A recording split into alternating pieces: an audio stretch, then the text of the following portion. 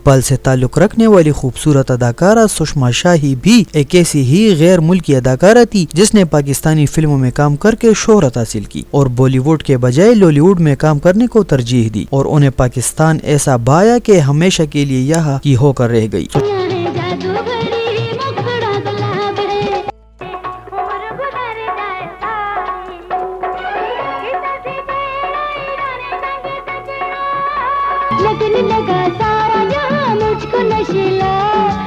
سشما شاہی کون تھی؟ انہیں پاکستانی فلموں میں کون لے کر آیا؟ کون سا فنکار انہیں پیار سے سسی کہہ کر پکارتا اور کئی فلموں میں سپورٹنگ رولز کرنے کے بعد انہیں بطور ہیروئن کاسٹ کیا جانے لگا؟ کس پاکستانی کی محبت میں ایسی گرفتار ہوئی کہ کبھی واپس نیپال نہ گئی اور آج کس حال میں ہے؟ یہ سب معلومات جاننے کے لیے ویڈیو کو لاسٹ تک دیکھیے۔ یہ کام تم کب سے کر رہی ہو؟ تم پوچھ کر کیا کرو گے؟ یہ دھندا چھوڑ دو ورنہ ایک دن بہت پچھتاؤ گی۔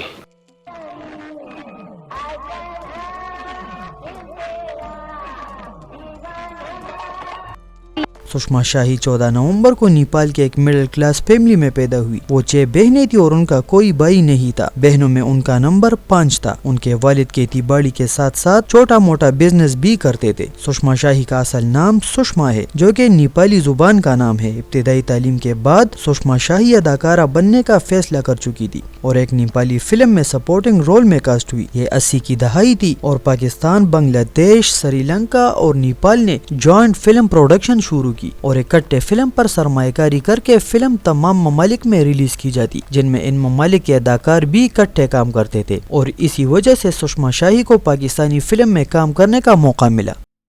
اسی بات پر جی چاہتا ہے کہ تمہیں ایک بار پھر دلہن بنا کر ایک بار پھر شادی کر لوں۔ ارے واہ،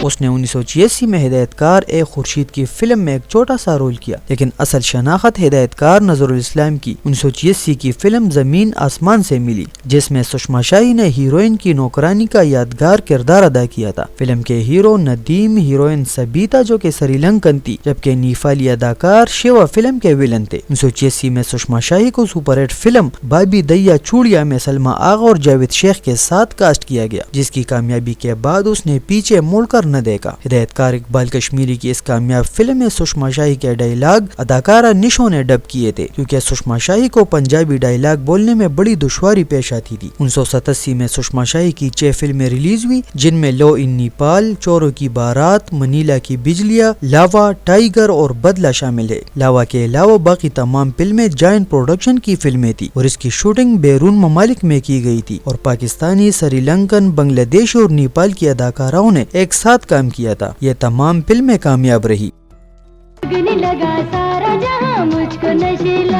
ਮੈਨੂੰ ਪਛਾਣਦੇ ਹੋ ਕਿ ਇਹ ਵੀ ਜਾਣਦੇ ਹੋਗੇ ਕਿ ਇਸ ਪਿੰਡ ਮੇਰੇ ਨਾਲ ਮੇਰੀ ਮਾਸੂਮ ਭੈਣ ਵੀ ਸੀ۔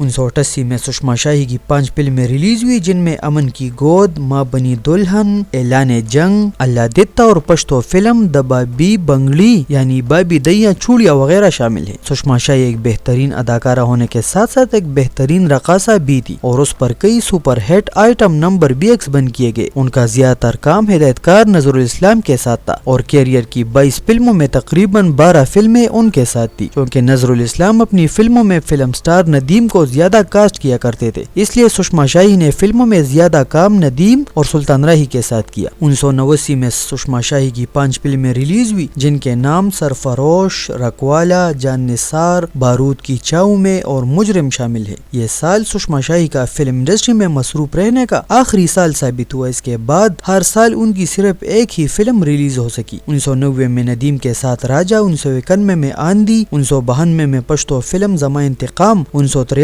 میں آخری فلم پشتو زبان کی تباہی ریلیز ہوئی۔ 1988 کی پنجابی فلم اعلان جنگ میں سشما شاہی لیڈ رول میں تھی اور فلم کامیاب ثابت ہوئی جبکہ اس فلم کے ہیرو سلطان راہی تھے۔ سشما شاہی نے اپنے کیریئر کے عروج میں ہدایت کار اقبال کشمیری سے شادی کر کے فلمی دنیا کو خیر بات کہہ دیا اور نیپال کو چھوڑ کر ہمیشہ کے لیے پاکستان میں بس گئی۔ ان کا ایک بیٹا ہے اور آج کل لاہور میں رہائش پذیر ہے۔